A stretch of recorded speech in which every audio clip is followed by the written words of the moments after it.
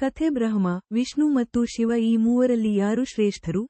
ಉಲ್ಲೇಖ SB 10.8-9.1-17 ಶುಕಮುನಿಗಳು ಹೇಳಿದರು ಹೇ ರಾಜನೇ, ಒಂದು ಸಲ ಸರಸ್ವತಿ ನದೀ ತೀರದಲ್ಲಿ ಋಷಿಗಳ ಗುಂಪೊಂದು ವೈದಿಕ ಯಜ್ಞವನ್ನು ಆಚರಿಸುತ್ತಿದ್ದಿತು. ಆಗ ಮೂವರು ಮುಖ್ಯ ದೇವತೆಗಳಲ್ಲಿ ಯಾರು ಶ್ರೇಷ್ಠರೆಂಬ ಬಗ್ಗೆ ಋಷಿಗಳಲ್ಲಿ ವಿವಾದ ಉಂಟಾಯಿತು. ಹೇ ರಾಜನೇ, ಈ ಸಮಸ್ಯೆಯನ್ನು ಬಗೆಹರಿಸಲು ಕಾತರರಾದ ಆ ಮುನಿಗಳು ಬ್ರಹ್ಮಪುತ್ರನಾದ ಭೃಗುವನ್ನು ಉತ್ತರ ಕಂಡುಬರಲು ಕಳಿಸಿದರು. ಆತ ಮೊದಲು ತನ್ನ ತಂದೆಯ ಆಸ್ಥಾನಕ್ಕೆ ಹೋದನು. ಬ್ರಹ್ಮನು ಎಷ್ಟರ ಮಟ್ಟಿಗೆ ಸತ್ಯಗುಣ ಸಂಪನ್ನನೆಂಬುದನ್ನು ಪರೀಕ್ಷಿಸಲು ಭೃಗು ಆತನಿಗೆ ನಮಸ್ಕರಿಸಲಿಲ್ಲ ಮತ್ತು ಆತನನ್ನು ಸ್ತೋತ್ರ ಮಾಡಿ ವೈಭವಿಸಲಿಲ್ಲ.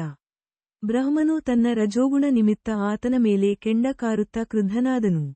ಆತನ ಹೃದಯದಲ್ಲಿ ತನ್ನ ಮಗನ ಬಗ್ಗೆ ಕೋಪ ಉಕ್ಕೇರುತ್ತಿದ್ದರೂ, ಬೆಂಕಿಯು ತನ್ನ ಉತ್ಪತ್ತಿಯಾದ ನೀರಿನಿಂದಲೇ ಶಮನವಾಗುವಂತೆ, ಬ್ರಹ್ಮನು ಸ್ವಬುದ್ಧಿಯಿಂದ ಅದನ್ನು ಶಮನಗೊಳಿಸಿಕೊಳ್ಳಲು ಶಕ್ತನಾದನು. ಭೃಗುವು ಅನಂತರ ಕೈಲಾಸ ಪರ್ವತಕ್ಕೆ ಹೋದನು.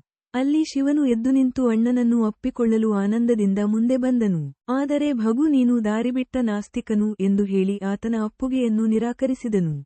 ಇದರಿಂದ ಶಿವನಿಗೆ ಅಸಾಧ್ಯ ಕೋಪ ಬಂದು ಆತನ ಕಣ್ಣುಗಳು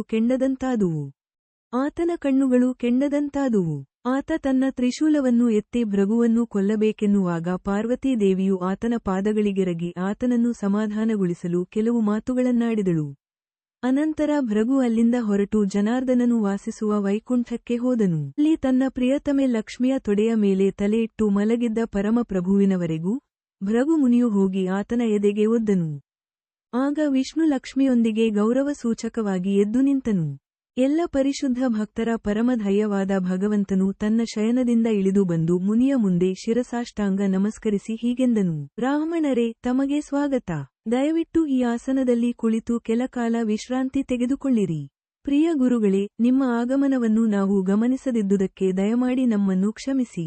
ದಯವಿಟ್ಟು ನನ್ನನ್ನು, ನನ್ನ ಲೋಕವನ್ನು ಹಾಗೂ ನನ್ನ ಭಕ್ತರಾದ ವಿಶ್ವಪಾಲಕರ ಲೋಕಗಳನ್ನು ನಿಮ್ಮ ಪಾದೋದಕ ನೀಡಿ ಪಾವನಗೊಳಿಸಿರಿ.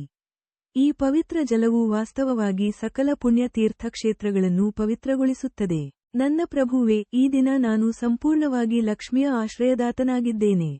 ನಿಮ್ಮ ಪಾದವು ನನ್ನ ಹೃದಯದ ಸಕಲ ಪಾಪಗಳನ್ನು ದೂರ ಮಾಡಿರುವುದರಿಂದ ಅವಳು ನನ್ನೆದೆಯಲ್ಲಿ ವಾಸಿಸಲು ಒಪ್ಪುವಳು. ಶುಕಮುನಿಗಳು ಹೇಳಿದರು. ವೈಕುಂಠದ ಪ್ರಭುವು ನುಡಿದ ಸೌಮ್ಯ ಮಾತುಗಳನ್ನು ಕೇಳಿ ಭೃಗು ಸಂತುಷ್ಟನಾಗಿ ಉಲ್ಲಾಸಗೊಂಡನು. ಭಕ್ತಿಯ ಉತ್ಕಂಠತೆಯಿಂದ ಕೊರಳ ಸೆರೆ ಬಿಗಿದು ಆತ ಮೌನ ತಾಳಿದನು.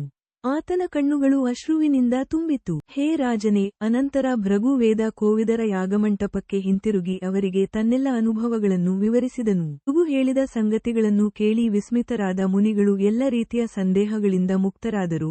ವಿಷ್ಣುವೇ ಶ್ರೇಷ್ಠನೆಂದು ಅವರಿಗೆ ಮನದಟ್ಟಾಯಿತು. ಆತನಿಂದ ಶಾಂತಿ ಸಿಗುತ್ತದೆ.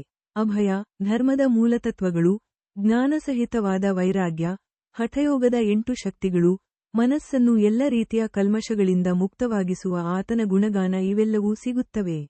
ಶಾಂತರು, ಸಮಭಾವವುಳ್ಳವರು, ನಿಸ್ವಾರ್ಥಿಗಳು, ಸಕಲ ಹಿಂಸೆಯನ್ನೂ ತ್ಯಜಿಸಿದ ವಿದ್ವಾಂಸರಾದ ಸಾಧುಗಳಿಗೆ ಆತನು ಪರಮಧೈರ್ಯವೆಂದು ಗುರಿ ಪ್ರಸಿದ್ಧನು.